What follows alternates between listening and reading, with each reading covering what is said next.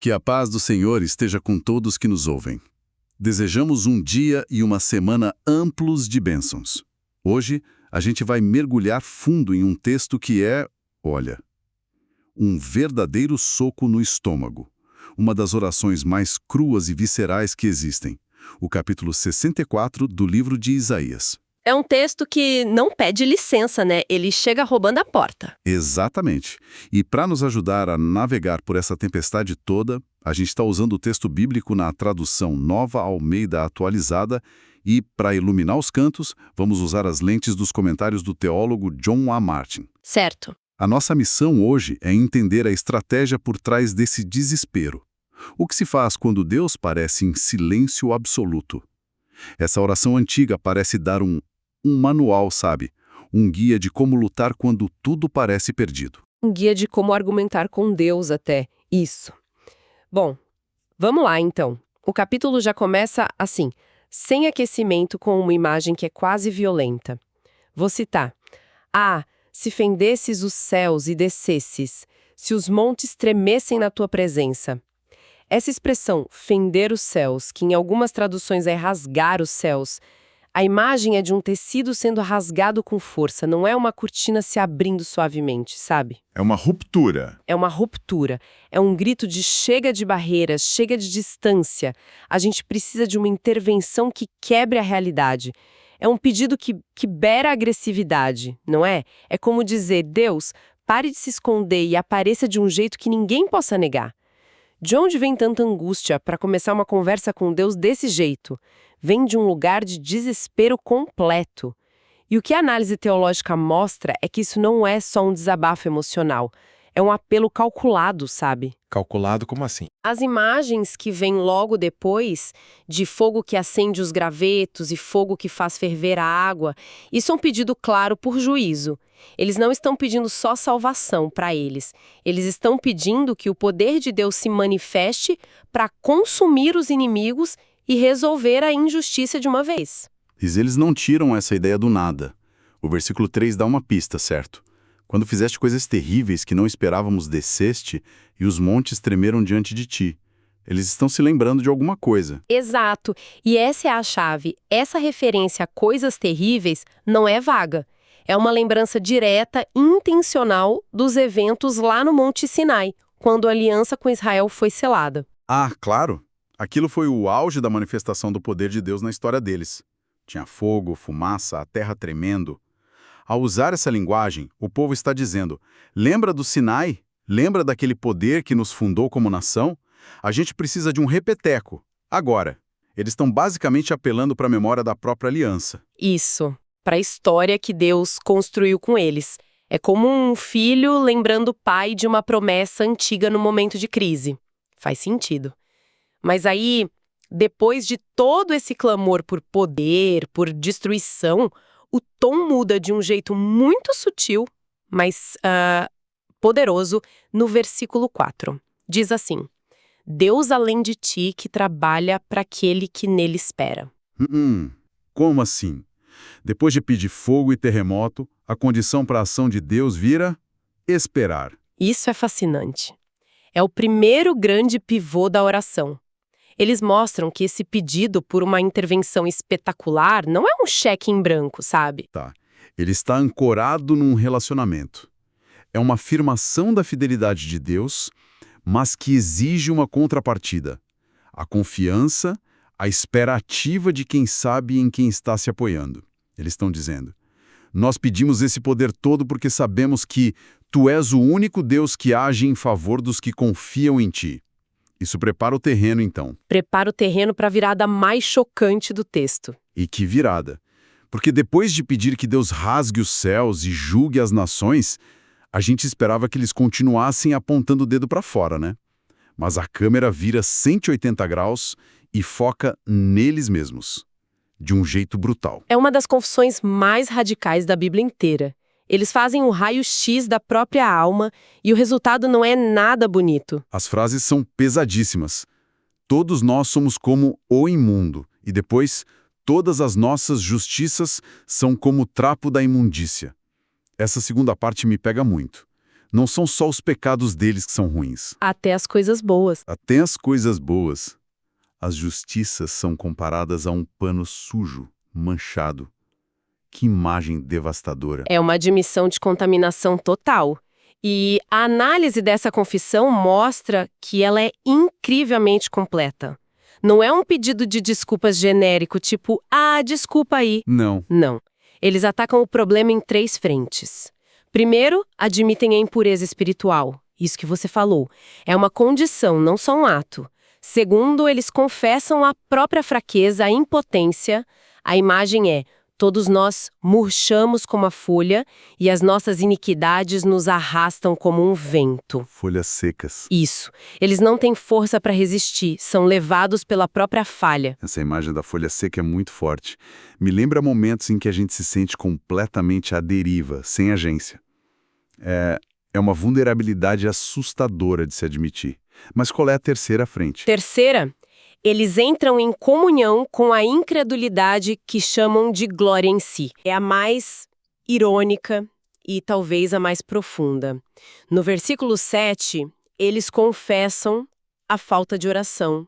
O quê? Não há ninguém que invoque o teu nome, que se disponha a pegar-se a ti. Peraí, você tá me dizendo que no meio da oração mais intensa e desesperada que eu já li, eles param para confessar que não oram. Exatamente. Isso não faz o menor sentido. É um paradoxo total. E é isso que torna a confissão tão genuína. Eles reconhecem que a própria apatia espiritual, a falta de buscar a Deus, é parte central do problema. E o ponto crucial aqui, que comentaristas como Martin enfatizam, é que não há uma única palavra de culpa para Deus. Verdade. A responsabilidade é 100% deles. A oração termina o pensamento com: nos consomes por causa das nossas iniquidades. Eles sabem que o sofrimento que estão vivendo é consequência direta das suas próprias escolhas. Isso é radicalmente contracultural.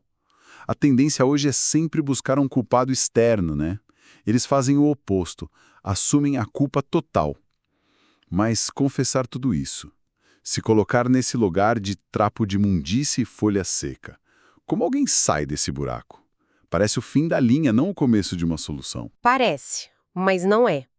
Na lógica dessa oração, essa confissão absoluta não é um mergulho no desespero. É a limpeza do terreno. É o ato de esvaziar as mãos de qualquer mérito próprio para poder, então, se agarrar em outra coisa. E é aí que vem o terceiro e mais belo movimento da oração. E que movimento? Depois de se colocarem no chão, eles mudam completamente o tom. É como um advogado trocando de estratégia no meio do julgamento. O versículo 8 é uma das viradas mais lindas que existem. Mas agora, Senhor, Tu és o nosso Pai, nós somos o barro e Tu és o nosso olheiro. Essa troca de metáforas é a alma da esperança deles. Eles usam 2 imagens que se equilibram perfeitamente. Primeiro, Pai.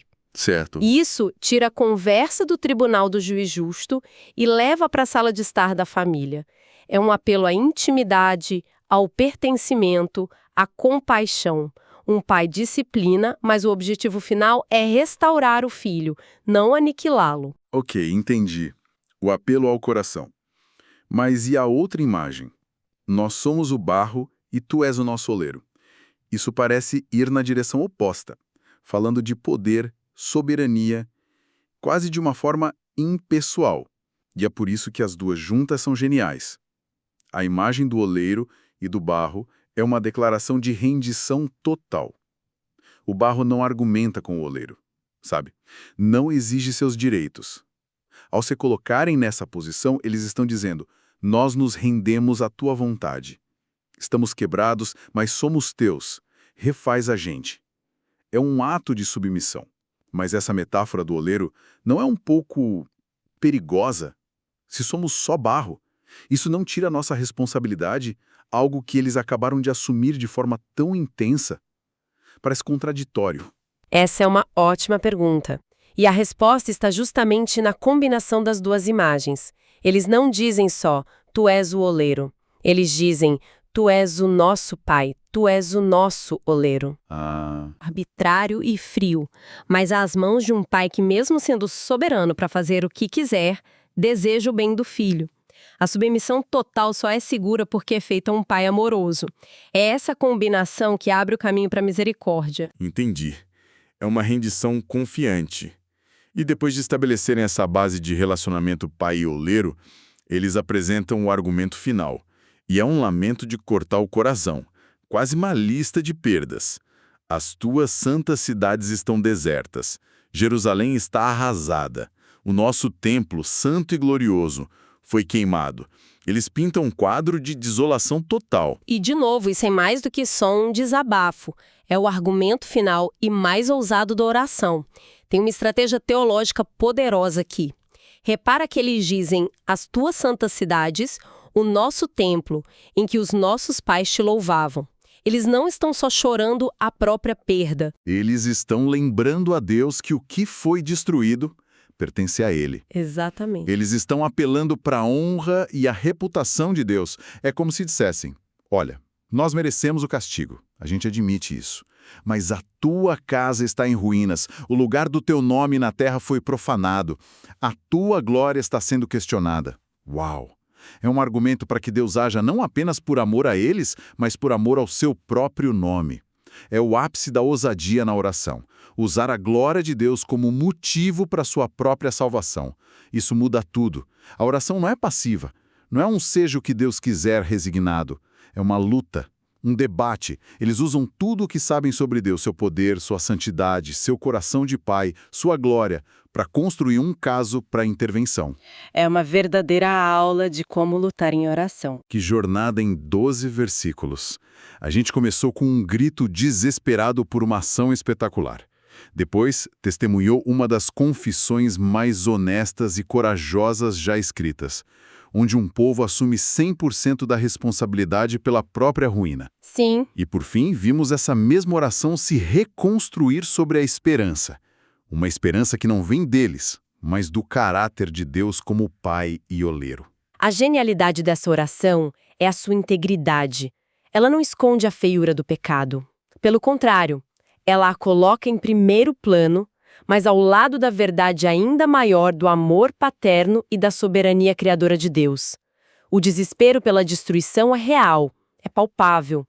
Mas a confiança de que o oleiro pode pegar os cacos do vaso quebrado e fazer algo novo é a força que move cada palavra. É uma oração que consegue segurar ao mesmo tempo. E o texto nos deixa com uma pergunta pendurada no ar, uma pergunta angustiante que eles fazem a Deus.